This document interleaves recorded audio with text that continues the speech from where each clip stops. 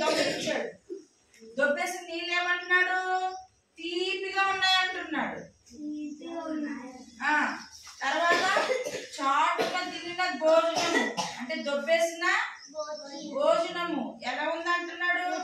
రుచిగా ఉంది, రుచిగా ఉంది. ఏమంటున్నాడు? రుచిగా ఉంది. కానీ ఈ రెండు పనులు చేసిన వాణ్ణి దగ్గర ఎవరున్నారంట? ప్రేతలున్నారని. ప్రేతలంటే ఎవరు? దెయ్యాలు, భూతాలు, పిశాచులు. అవి ఫ్రెండ్సా మీకు? అలాంటివి మనం చేయొచ్చా? ప్రేతలు ఉన్నారంట. వాళ్ళు ఇంటి దగ్గర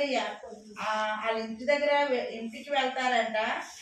మీరు ఎక్కడికైతే మీరు ఇంటికి వెళ్తారు, ఎంత తినేసినా బాగుంది, రుచిగా ఉంది, బాగుంది, ఫ్రీగా వచ్చిందని తాగేసారనుకో, తర్వాత ఇంటికి వెళ్ళాక మీతో పాటు దెయ్యాలు వచ్చేస్తాయంట. దెయ్యాలు వచ్చాక పాతాళ కోపంలో ఉన్నారని. పాతాళ కోపం ఎక్కడుంటది? అది దెయ్యాలు ఎక్కడుంటాయి? పాతాళంలో ఉంటాయి. పాతాళం ఎక్కడ ఉంటది? భూలోకం, భూమి లోపల. ఎక్కడ? అందుకే మనం భూమి లోపలికి దిగుతామా? మనం ఇల్లు కట్టుకోవాలంటే పునాది వేసేస్తాం కానీ మనం లోపల ఇల్లు కట్టుకుంటామా? పునాది వేస్తాం తప్పించి మనం ఏమి పైకి లోపలికి ఏమి వెళ్ళం, పైనే ఉంటాం. సరే, అయితే అలాంటి దెయ్యాలు ఉన్నాయని పాపం వాళ్ళు తెలియక దొబ్బేసి తినేస్తున్నారంట, దొంగలించి తాగేస్తున్నారంట. కానీ వాళ్ళ ఇంటికి ప్రేతలు ఉన్నారంట, అంటే దెయ్యాలు ఉన్నాయంట. కాబట్టి అలాంటి పనులు చిన్నపిల్లలైనటువంటి మనము చేయకూడదు. మనకి ఎంత మాత్రమూ తెలియదంట. ఇంట్లోకి వెళ్ళిపోతే కేకలా చేస్తూ ఉంటారు. మన ఇంట్లో మనమే కదా, నాకు ఇష్టం లేదు, నాకు ఇష్టం లేదు, ఇది కావాలని ఏడుస్తూ ఉంటారు పిల్లలు. ఎందుకు? ప్రేతలు వచ్చేస్తాయి ఇవి చెప్పింది చేయకపోతే. అందుకే మన అమ్మ ఏదైతే అది కేక్ ముక్క అక్కర్లేదు, మనకి రొట్టేసి ఇడ్లీ పిండితో రొట్టేస్తే అదే తిన్నాం, మనకి అది ఆరోగ్యం. దెయ్యాలు లేకుండా చిన్న రొట్టె ముక్క తింటే అదే హ్యాపీ కదా. పెద్ద కేక్ ముక్క ఉండి దెయ్యం ఉండే అది మంచిదా మనకి? దెయ్యం ఏం చేస్తుంది? డైరెక్ట్ తినద్దా? మన ఒంట్లో ఉన్న రక్తం తాగదు. ఏం చేస్తుంది? మనకి దోమలు వస్తే చూసావా, చక్కగా దాన్ని ముళ్ళిలా గుంచి స్ట్రా వేసినట్టు అని తాగేసి వెళ్ళిపోతుంది. అది దాని స్కిన్ లాగా. మన స్కిన్ ఏమో అబా అబా అబా అని అంటుంటాం కదా. మన కోపం వస్తుంది కదా, దాన్ని చంపేది. వెంటనే అని పిచ్చ కోపం వచ్చేస్తుంది కదా. ఏమనిపిస్తుంది? చంపేది దాన్ని అనిపిస్తుంది. కాకపోతే దాన్ని పెంచుకుందామని నేను పెంచుకుంటున్నాను ఏమన్నా. సరే, కాబట్టి మీరేమి చెయ్యరు. ఎందుకు చేయకూడదు అనేది కూడా మీకు తెలియాలని నేను చెప్పాను. బాగుందా లేదా? ఎక్కడ రాశారు? దేవుడు బైబిల్ గ్రంథంలో రాశాడు ఈ మంచి మాట. కాబట్టి ఇప్పుడైనా ఎవరైనా ఏదైనా దొబ్బారు అనుకో, చాక్లెట్ కానీ పెన్సిల్ కానీ ఏదైనా దొబ్బారు అనుకో, అప్పుడు మీరు స్కూల్లో నేను ఫ్రెండ్స్ తో చెప్పండి, దొబ్బకూడదు, మనకి అది మంచి పని కాదు, మనము చక్కగా నీతిగా ఉండాలి అని చెప్పాలి. ఇంకొక మంచి మాట చెప్పుకుందాము.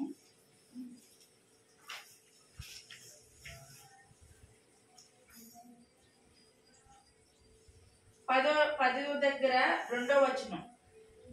10 దగ్గర 2వ వచనం. భక్తిహీనులు ధనము వారికి లాభకరము కాదు. చదువుకోలేదనుకో, అతనికి డబ్బు ఏం చేయాలో తెలుసా? అందుకే లాభకరం కాదంట అతనికి. అదే చదువుకున్నారనుకో, మీ డబ్బులు కొద్దిగైనా కూడా 10 రూపాయలు ఉన్నాయనుకో, ఈ వేటికి ఉపయోగించుకుంటారు? ఒక పెన్సిల్, ఒక ఎరేజరు, చిన్న స్కేలు అది కొనుక్కుంటారు. అదే చదువుకోలేదనుకో ఏం చేస్తారు? ఒక్కడే ఏం చేస్తాడు? 10 రూపాయలు వేసి పెట్టుకుంటారు. అది పెన్సిల్ ఉంటే పెన్సిల్ తో చక్కగా పాఠం రాసుకోవచ్చు. ముళ్ళు రూపతే షార్ప్నర్ కొనుక్కోవచ్చు. ఇవన్నీ మనకు ఉన్నాయి లేకుండా చూడకుండా ఏం చేస్తారు, అనవసరమైన తిండ్లు తినేస్తారు. ఇప్పుడు అనవసరమైన తిండ్లు కొనేసుకొని అన్నం తినగలరా సరిగాని? అందుకే చెప్తున్నాడు దేవుడు, భక్తిహీనులు ధనము వారికి లాభకరము కాదు, నీతి మరణము నుండి రక్షించును. నీతి మరణము నుండి రక్షించును. యెహోవా నీతిమంతుని ఆకలి కొననీయడు. నీతిమంతుని ఆకలి కొననీయడు. భక్తిహీనుని ఆశను భంగము చేయును. బద్ధకముగా పనిచేయువాడు దరిద్రుడగును, శ్రద్ధ గలవాడు ఐశ్వర్యవంతుడగును. బద్ధకముగా పనిచేయువాడు ఏమవుతాడు? దరిద్రుడులగును. మరి మీరు చక్కగా స్కూల్ కి ఎంత ఫాస్ట్ గా లేచి తయారైపోయి వచ్చేస్తే వస్తారు. అదే బద్దకిస్తే చేసుకుంటానులే బ్రష్ చేస్తానులే అని అనుకున్నాంకో ఏమైపోద్ది? టైం అయిపోతుంది. చూసారు 4వ వచనంలో ఎంత బాగా రాశాడు దేవుడు. బద్ధకముగా పనిచేయవాడు దరిద్రుడగును, శ్రద్ధ గలవాడు ఏమవుతాడంట చెప్పాలి చూసి? ఐశ్వర్యవంతుడగును. ఏమవుతాడు? ఐశ్వర్యం అంటే ఎలా ఉంటది? ధనము, సౌఖ్యము, లాభము ఇవన్నీ కూడా శ్రద్ధగా ఉన్నవాళ్ళు. ఇప్పుడు సాయికైతే ఎంత చురుకుగా ఉంటుందో, ఇంట్లోని పనులు చక్క పెట్టేస్తుంది. నాకు సాయం చేయమంటే సాయిగా అని పిలిస్తే చాలు టక టక టక పరిగెత్తుకుంటూ చేస్తుంది. అంటే చురుకైన వాళ్ళని పిలుస్తామా, బద్ధకంగా ఉన్న వాళ్ళని పిలుస్తామా? చురుకైన వాళ్ళని పిలుస్తాం. ఓయ్ చాలే ముద్దు.